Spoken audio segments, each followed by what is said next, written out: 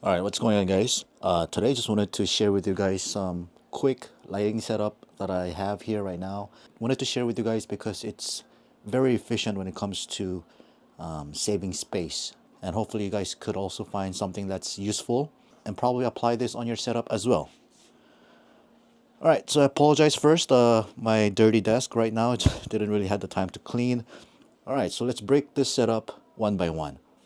First, I got a C stand that's right here, and it's a 1C stand setup. So that's what's really unique about this, right? So we got a 1C stand right here that's mounted into a grip arm.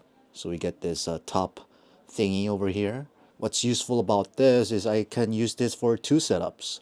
So I can mount my camera right here to get the top-down shot from the top like this. So if I'm doing something like a table shot, I can mount my camera there.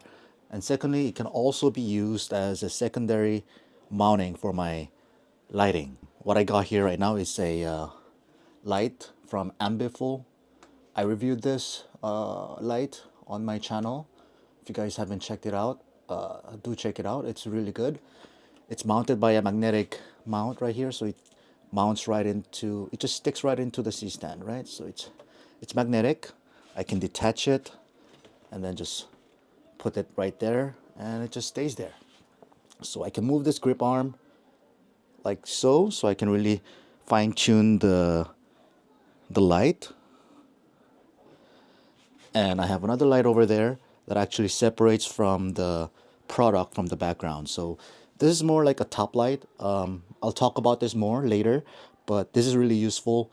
This is a light modifier from LightBanks. It works both as a softbox at the same time a hair light. But for this setup, as you can see, we have a Godox M100 light over there that's attached to a Bowens mount, and then the light modifier goes straight from here to there, right? So essentially, we're saving a lot of space. And the distance from the background and to the table, it's just less than a meter. It's about, I think, 80, 70 centimeters. So we're really saving a lot of space here.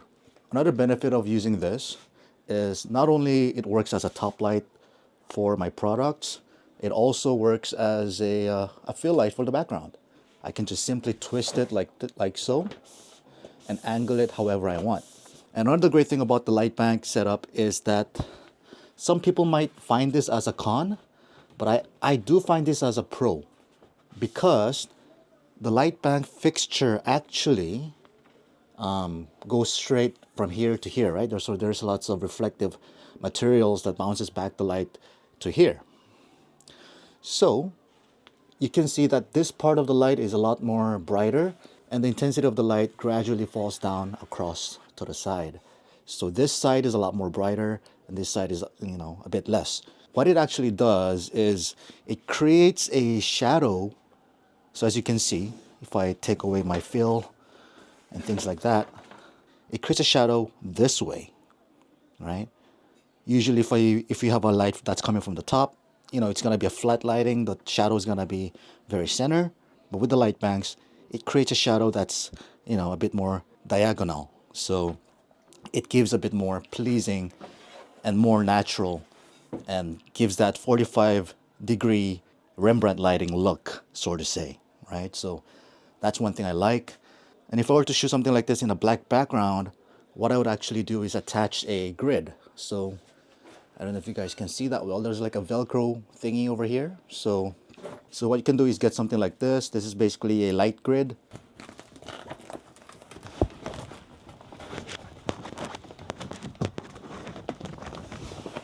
So when you have your lighting set up like that, we're able to make this more directional.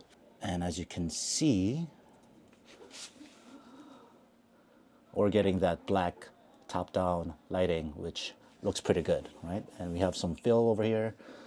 I think I might just use a color white fill. And if you're doing something like a macro or put a 85 or 50 millimeter lens, the background is going to be tight, so that's not going to be a big deal. So some things like this, right? Okay, so that was the light bank setup. You can put a slider. We can put some things like you know, like a lazy Susan. Put that right there. Put this right there. And you got yourself a product shot. That's really, that looks really good. So I'll provide all the links down in the description if you guys are interested. So this was a one C-stand setup that does it all. Okay, it does a top-down shot. You can mount your camera here. You can attach second light, third light, and with these two lights, you are able to just create a lot of stuff. And lastly, if you're using a colored background, take off the grid and angle your light a bit more towards the background, then you're getting everything. You're getting the background light and at the same time a top light that separates the product from the background. So that's really nice. And you can build up from here. You can add a magic arm. As you can see here, you can attach something like a magic arm and attach another tube light over here. Turn this on. And give yourself a rim light. Many creative ways that you can do with this setup. So just wanted to share with you guys the simple setup that I have here. And let me know down in the comments if you found this useful. I'll see you guys on the next one.